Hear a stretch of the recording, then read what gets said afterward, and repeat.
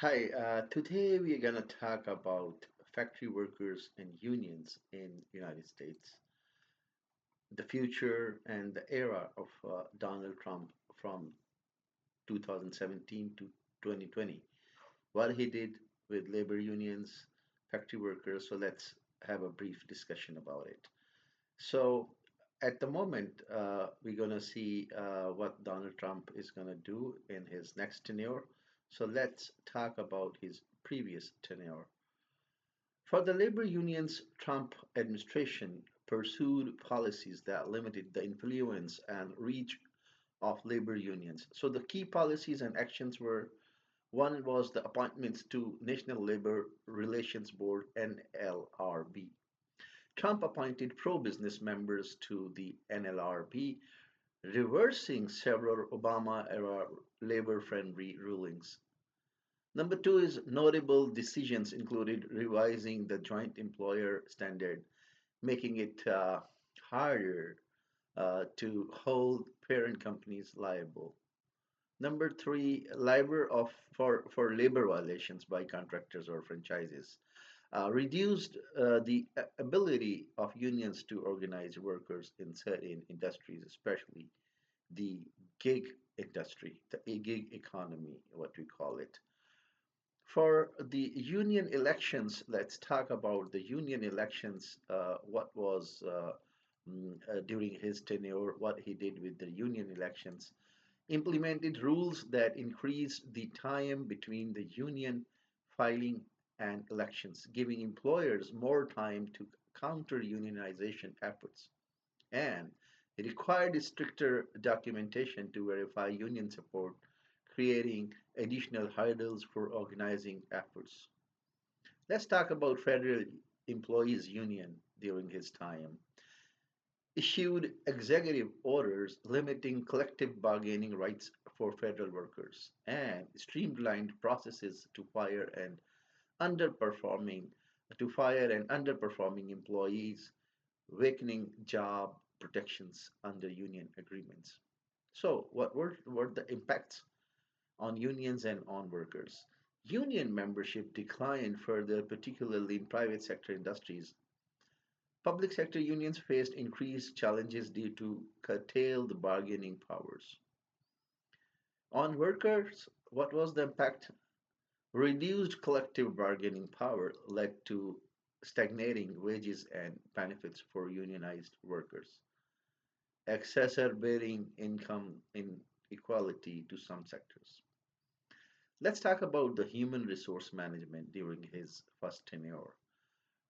Trump's policies provided businesses with greater flexibility in managing their workforce, but raised concerns about worker protections. So, the key policies regarding human resource management were one was the overrule revisions, scaled back an Obama era rule that would have increased the salary threshold for overtime pay eligibility.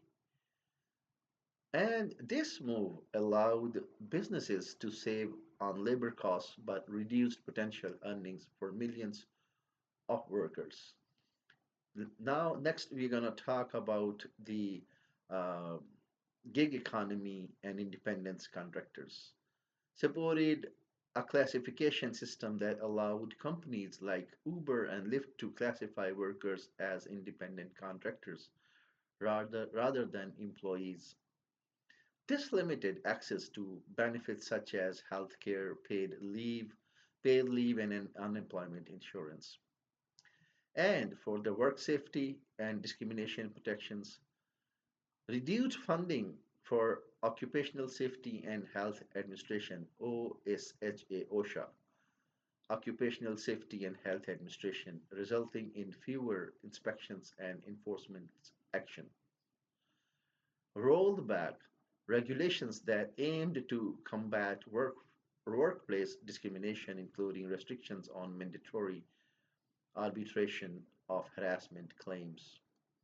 So, what were the impacts on HR management and on the worker? So, the impact on HR management was like HR departments in businesses gain more flexibility to manage workforces without being constrained by union rules or stringent regulations.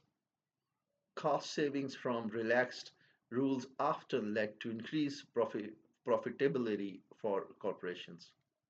Impact on workers: reduced protections created uncertainty for employees, especially in industries with high level of automation or gig work. Limited access to benefits for non-traditional workers, for example, freelancers and contractors.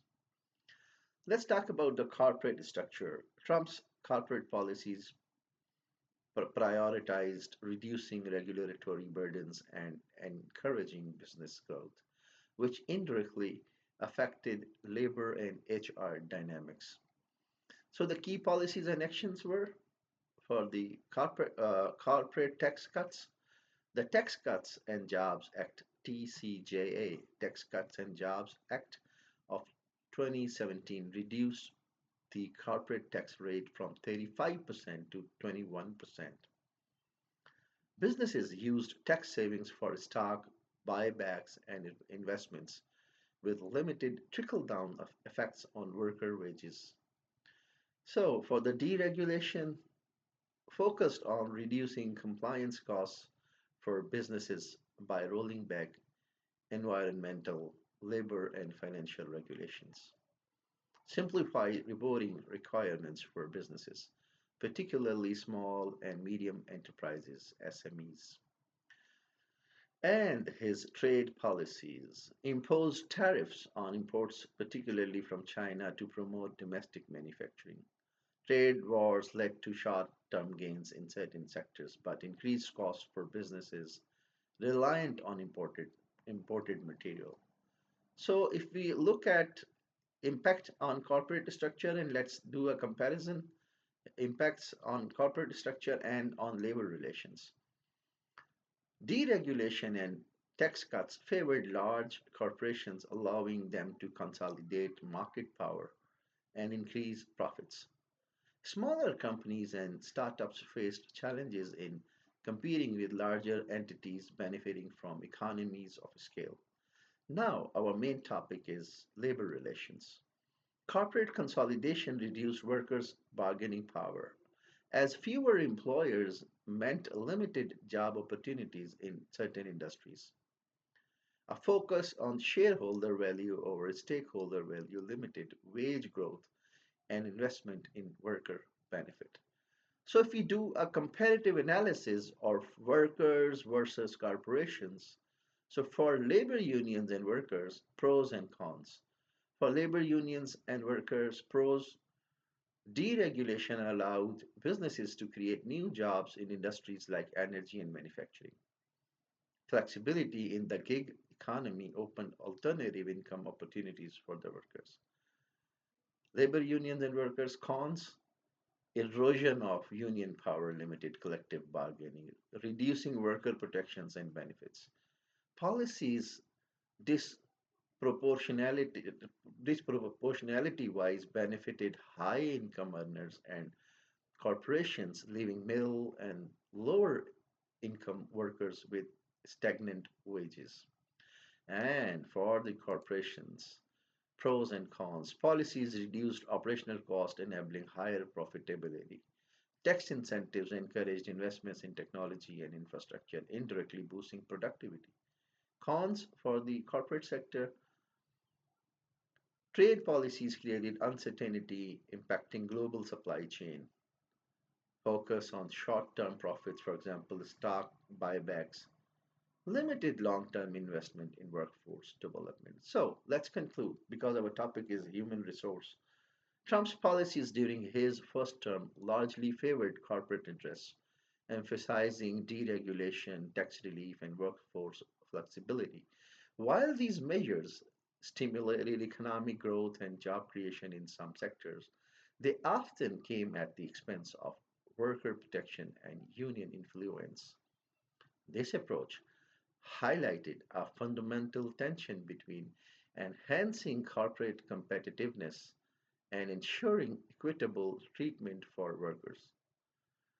So, the long term effects of these policies on income inequality and labor relations continue to shape the US workforce landscape. So, this is kind of a conclusion that we had regarding Donald Trump's time from 2017 to 2020. Thank you.